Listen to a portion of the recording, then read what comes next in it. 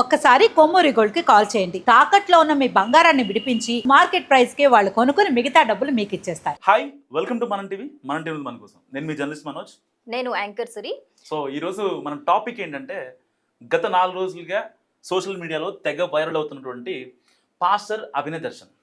So చాలా పేరు వినడానికి చాలా క్యూట్గా ఉంది, కానీ మనోడు చేసిన పనుల గురించి ఈ ట్రాక్ రికార్డు చూసుకుంటే చాలా అంటే అసలు చెత్తని కాదు, ఒక రకంగా తూవని ఉమ్మేస్తారు.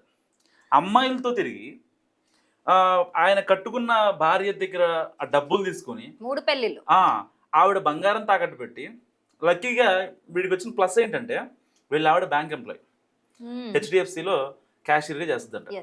సో బోల్డ్ డబ్బులు ఉంటాయి. అండ్ అంటే వాళ్ళ వెనకాలని కాదు, ఇలా కట్నం కూడా గట్టిగా ఇచ్చారు. కట్నం ఆల్రెడీ అప్పట్లో 2 లక్షల రూపాయలు కట్నం ఇచ్చి 10 తులాల బంగారం ఇస్తే దాన్ని మొత్తాన్ని అమ్మేసి ఆ అమ్మాయి కడప నుంచి అయితే వీళ్ళిద్దరు కడపలో పెళ్ళింది కదా, సో ఇతను కూడా కడపే. ఆల్రెడీ కొన్ని కేసులు ఉన్నాయి. ఇవన్నీ మర్చిపోవడానికి ఆవిడ ఏం చేసింది, హైదరాబాద్కి ట్రాన్స్ఫర్ పెట్టుకుంది. సో మణికొండలో ట్రాన్స్ఫర్ పెట్టుకుంది హెచ్డిఎఫ్సి బ్రాంచ్కి. దాని తర్వాత ఇక మారతళ్ళే అనుకుంది. ఏ భార్య అయినా వాళ్ళ భర్తకి ఒక ఛాన్స్ ఇస్తారు, ఓకే సరే మారతళ్ళే, ఒక పాయింట్లో కాదు ఇంకొక పాయింట్లో మారతళ్ళే.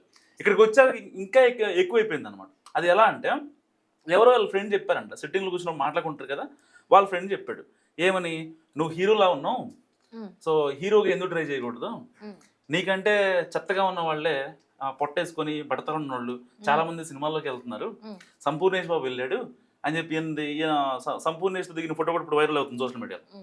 సో ఇదంతా చెప్పేసరికి మనోడు ఒకసారిగా ఉబ్బి తబ్బిబ్బి అయిపోయి ఇక వాళ్ళ ఆవిడని టార్చర్ చేయడం స్టార్ట్ చేశాడు. సో ఎందుకంటే డబ్బులు కావాలి. సో చిన్న చిన్న వీడియోస్, డబ్ స్మాష్, అప్పట్లో డబ్ స్మాష్, ఇన్స్టాగ్రామ్ ఇవన్నీ అంత ఇదిగా లేవు కదా. సో ఆ చిన్న చిన్న వీడియోలు చేసి ఈయన ఎలివేషన్ వీడియోస్ కోసం చాలా ట్రై చేశాడు. దానికి డబ్బు కావాలి. పోనీ ఎవరన్నా చిన్న డైరెక్టర్నో ఒక ప్రొడ్యూసర్నో కలవాలన్నా కూడా సో దానికి కొంచెం వ్యయ ప్రయాసాలతో కూడుకున్న పరిస్థితి. ఎందుకంటే వెనకాల బ్యాక్గ్రౌండ్ లేదు, చూస్తే నటన లేదు. సో ఎవరో చెప్పారు నువ్వు బాగుంటావని, అదొక్కటే ఆయనకి ఉన్న స్టామినా, ఉన్న పవర్. సో ఇద్దరు వెంటనే అన్ని స్టూడియోస్కి తిరిగి అందరితో అప్రోచ్ అయ్యి వాళ్ళతో మాట్లాడి, సో అప్పుడు వీళ్ళ ఆవిడ త్రూగా ఏదైతే ఆవిడకి సిబిల్ స్కోర్ బాగుంటుంది, బ్యాంక్ ఎంప్లాయీస్కి క్రెడిట్ స్కోర్ చాలా మంచిగా ఉంటుంది. సో వెంటనే ఏదన్నా లోన్ అయినా ప్రీ అప్రూవ్డ్ అయిపోతుంది. సో ఇదిలో ఆ అమ్మాయి పేరు మీద ఆల్రెడీ లోన్స్ రన్ అవుతున్నాయి. సో తన క్రెడిట్ స్కోర్ చాలా బాగుంది కాబట్టి ఇక తనకి మిగిలిదేమి ఉండదు. తనకు వచ్చే 70,000 80,000 రూపాయి కూడా మిగలదు, అన్ని ఈఎంఐలకి పోతూ ఉంటాయి. అయినా సరే ఓకే ఏదో ఆశపడుతున్నాడు, నిజంగా రేపు నా భర్త సినిమాలోకి వెళ్తే బాగుంటుంది కదా అని ఆ పిచ్చి మాటలు అనుకుని సపోర్ట్ చేసింది. కట్ చేస్తే ఆ అమ్మాయి మీద 30 లక్షలు తీసుకున్న లోన్. మళ్ళీ ఆల్రెడీ ఉన్న లోన్ కాకుండా ఉన్న బంగారం 10 తులాల బంగారం అమ్మేశాడు. ఆ డబ్బులతో వైజాగ్ వెళ్ళిపోయాడు ఒక అమ్మాయిని లేపుకొని. ఏంటి ఏం చేస్తున్నావు అంటే, లేదు పాస్టర్ అభినవ్ అని చెప్పి నేను కొన్ని చందాలు తీసుకుంటున్నా అని చెప్పాడు. నీకేమన్నా పిచ్చా అసలు, ఇవన్నీ ఎందుకు మనకి, నీకు అసలు నేను ఆల్రెడీ జాబ్ చేస్తున్నా, సరే ఎంతో కొంత వస్తున్నాయి, దానికి సంబంధించి మనం హ్యాపీగా ఉంటున్నాం, 2 పిల్లలు ఉన్నారు, వాళ్ళ ఫ్యూచర్ కోసం రేపు ఏం చేయాలి అని మనం అనుకోవాలి. కానీ ఈ క్రిస్టియానిటీకి సంబంధించి అంటే బేసిక్గా వీళ్ళు క్రిస్టియన్స్, చాలా మందికి ఎంప్లాయీస్కి ఎలా ఉంటే మతం కులం అనే భావన ఉండదు. సో మన ఫ్యామిలీ ఏంటి, మనం ఎలా లైఫ్లో ఎదగాలి, పిల్లల కెరీర్ ఏంటి, దట్టు 2 ఆడపిల్లలు. ఏ తల్లికైనా కొంచెం ఎటు వెళ్ళినా ఆ 2 ఆడపిల్లలు కనిపిస్తూ ఉంటారు. రేపొద్దున పిల్లలు పెద్దలైతే, లేకపోతే వాళ్ళకి పెళ్లి చేయాల్సి వస్తేనో, చదువులను, కాలేజ్ ఫీజులను, సో బోల్డ్ ఉంటాయి. అంత ఈజీ కాదు 2 ఆడపిల్లలను మెయింటైన్ చేయడం. సో ఇలాంటి నేపథ్యంలో ఆ అమ్మాయి ఏమనుకుంది, సరే ఆ డబ్బులతో చాలా జాగ్రత్తగా ఉంటాడులే అని ఆ అమ్మాయి ఎక్స్పెక్ట్ చేసింది. కానీ కట్ చేస్తే ఒక అమ్మాయిని సరిగ్గా 2021 మే 15వ తారీఖున ఇతనికి ఏదైతే ఒక అమ్మాయి పరిచయం అయిందో ఈ మూవీ ఫీల్డ్లో ఉంటారు కదా క్యారెక్టర్ ఆర్టిస్టులు వాళ్ళు వీళ్ళు, ఆ అమ్మాయిని తీసుకుని డైరెక్ట్గా వైజాగ్ వెళ్ళిపోయాడు, లేచిపోయాడు. వీళ్ళ ఫస్ట్ భార్య తెలియకుండా ఆ అమ్మాయితో ప్రయాణం సాగించి ఆ అమ్మాయిని వెళ్ళి రహస్యంగా వివాహం చేసుకుని దాని తర్వాత హైదరాబాద్ వచ్చాడు. ఆ అమ్మాయి కేసు పెట్టింది వైజాగ్లో. కట్ చేస్తే ఇక్కడ అసలు తీగ లాగితే డొంక కదులుద్ది అంటారు కదా, ఆ రేంజ్లో వైజాగ్లో ఆ అమ్మాయి ఒక పోలీస్ స్టేషన్లో ఒక కేసును పెట్టిన తర్వాత ఆ రోజున పోలీసులు మనోడి ఒక డేటాబేస్ త్రూగా వాళ్ళ ఆవిడని కనెక్ట్ అయ్యి, మరి ఇలా చేస్తున్నాడమ్మా, ఆల్రెడీ పెళ్లి చేసుకున్నాడు, ఏం చేద్దాం అంటారంటే అప్పుడు వీళ్ళ ఆవిడ రంగంలోకి దిగి వాళ్ళతో మాట్లాడి, సార్ వదిలేయండి, కొంచెం మాది పరువు గల కుటుంబం, నేను బ్యాంక్లో వర్క్ చేస్తున్నా, ఇలాంటివి తెలిస్తే నా కొలీగ్స్ దగ్గర కావచ్చు, ఇలాంటివి కొంచెం నాకు ఇబ్బంది అవుతుంది అని చెప్పి ఇక ఆ అమ్మాయి అక్కడితో క్లోజ్ చేసింది, సెటిల్మెంట్ చేసింది ఒక రకంగా. దాని తర్వాత ఏమైంది, ఇక హైదరాబాద్కి వచ్చినా సరే వీడు మారడం ఫిక్స్ అయిపోయింది. వెంటనే మళ్ళీ కడపకి వెళ్ళిపోయారు అనమాట. అక్కడికి వెళ్ళిన తర్వాత ఇక అంటే ఇప్పుడు చేసిన పత్యాపరాలే కదా, ఒకడు కూడా ఆయమని పని లేదు. ఇక మళ్ళీ ఏమని నమ్మించాలని ఆ పిచ్చి మహాతల్ని. సో ఇక నేను మొత్తం మారిపోయా, నీ డబ్బులు చేసా, ఇలా పెళ్లి చేసి ఇంకో అమ్మాయిని పెళ్లి చేసుకొని కొంచెం నేను ఇబ్బంది పెట్టాను. సో ఇదంతా వదిలేసాయి, నన్ను నమ్ము, ఈ ఒక్కసారికి నేను పాస్టర్ అవతారం ఎత్తా అన్నాడు. అంటే ఏ ఆడపిల్ల పాస్టర్ అవతారం ఎత్తడం ఏంటి? సరే మీరు క్రిస్టియన్స్ ఓకే, అంటే మీ మతం పరంగా ఆ మతంలో ఉన్న డివోటీస్కి మంచి చెప్పాలి, దేవుడు వాక్యాలు చెప్పాలి. సో అది ఉండడం తప్పేం కాదు, అది ఏ మతంలో అయినా సరే ఉంటుంది. మంచి మాట ఎవరు చెప్పినా మంచి మాట, అది మతాలకు అతీతంగా మనం మాట్లాడుకుంటే. సో ఇలాంటి నేపథ్యంలో వాళ్ళ ఆవిడని మళ్ళీ బకరా చేసిండు. అంటే ఇక్కడ ఒకటి మాట్లాడుకోవచ్చు మనము, క్రిస్టియన్ ఆల్రెడీ కాబట్టి వాళ్ళ మతానికి సంబంధించిన ఒక ఎమోషనల్ ట్యాగ్ లైన్ ని యూజ్ చేసుకోవడానికి ఆ అవతారం ఎత్తడం ప్లాన్ చేసినట్టు మనకు తెలుస్తుంది. ఎందుకంటే పాస్టర్ అంటే కూడా క్రిస్టియన్స్ అందరూ కూడా ఒక ఫాదర్ లా ట్రీట్ చేస్తారు, చాలా వాల్యూ ఇస్తారు, ఏ చెప్పినా వింటారు. సో ఆయన ఏదన్నా మాట్లాడినా కూడా అది లోక కళ్యాణం కోసమే అన్న విధంగా సపోర్ట్ చేస్తారు క్రిస్టియన్స్ అందరూ కూడా. సో ఆ లెక్కన ఆయన అదొక మాస్టర్ ప్లాన్ గా మనకి అక్కడే అర్థమవుతుంది. సో ఓకే, మనోజ్ చెప్పింది మొత్తం ఒక పర్సనల్ హిస్టరీ, అందులో యూస్ఫుల్ ఒక్కటి కూడా లేదు నిజంగా.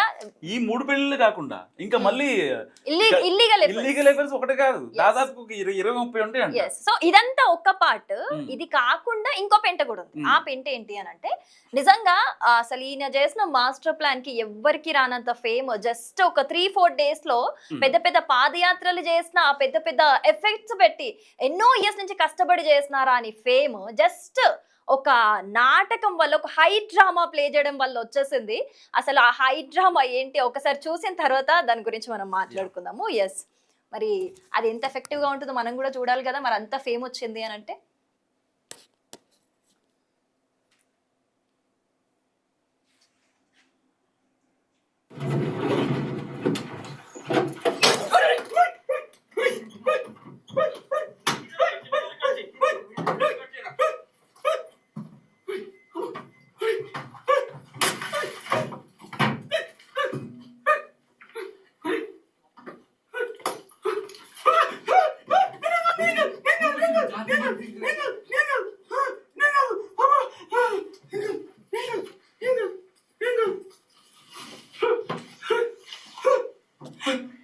Yes, Oscar level performance seriously. నిజంగా ఒక యాక్సిడెంట్ అయ్యి, ఒక ఇన్సిడెంట్ అయ్యి నిజంగా అలా ఒకవేళ అటాక్ చేసినా కూడా అంత రియాక్షన్ మనం చూస్తామో లేదో, కానీ ఇదంతా ప్రీ ప్లాన్ కాబట్టి, స్క్రిప్ట్ ముందే రాసుకున్నాం కాబట్టి అలాంటి రియాక్షన్స్ వస్తాయి అన్నమాట. మళ్ళీ చెప్పాడంట, ఇప్పుడు వీళ్ళందరినీ 4 పట్టుకున్నాడు కదా, వాళ్ళందరికీ మాస్కులు ఎలా పెట్టుకోవాలి, వాళ్ళ వేషధారణ ఎలా ఉండాలి ట్రైన్ చేశాడు, ప్రాపర్ గా ట్రైన్ చేసి పక్కా ప్లానింగ్, పర్ఫెక్ట్ ఎగ్జిక్యూషన్. దాని తర్వాత ఏం చేశాడు, మీరు హడావుడిగా వీడియో తీస్తున్నానని చెప్పి నన్ను ఎక్కడ పడితే అక్కడ కొట్టమాకండి, నన్ను ఎక్కడ పడితే అక్కడ పడితే నేను చచ్చిపోతాను, సో చచ్చిపోకుండా కొట్టండి అని చెప్పి ఆ ఆడియోలు కూడా ఇప్పుడు మనోడి వైరల్ అవుతున్నాయి. ఎస్, అసలు నాకు ఇదంతా చూస్తుంటే మనోజ్, ఒక పొలిటికల్ లో ఒకప్పుడు జగన్ కోడి కత్తి డ్రామా ప్లే చేసినట్టు. సరే ఇప్పుడు దీంట్లో పొలిటికల్ ఎందుకులే గానీ, ఓవరాల్ ఈ డ్రామా అంతా చూస్తుంటే నీకేమనిపిస్తుంది అసలు? ఇదంతా ఒక తన మీద అటాక్, ఒక సింపతి యాంగిల్ అయితే కనిపిస్తుంది. అదే సరే, ఇక్కడ అతను బేసిక్ గా అతనికి కావాల్సింది సింపతి, ఒక సానుభూతి కావాలి. బేసిక్ గా విజయనగరం కావచ్చు, శ్రీకాకుళం కావచ్చు, పాడేరు కావచ్చు, చింతపల్లి, వైజాగ్, ఈ యొక్క ఫారెస్ట్ ఏరియా, ఆ బెల్ట్ మొత్తం ఫారెస్ట్ ఏరియా ఉంటుంది కదా.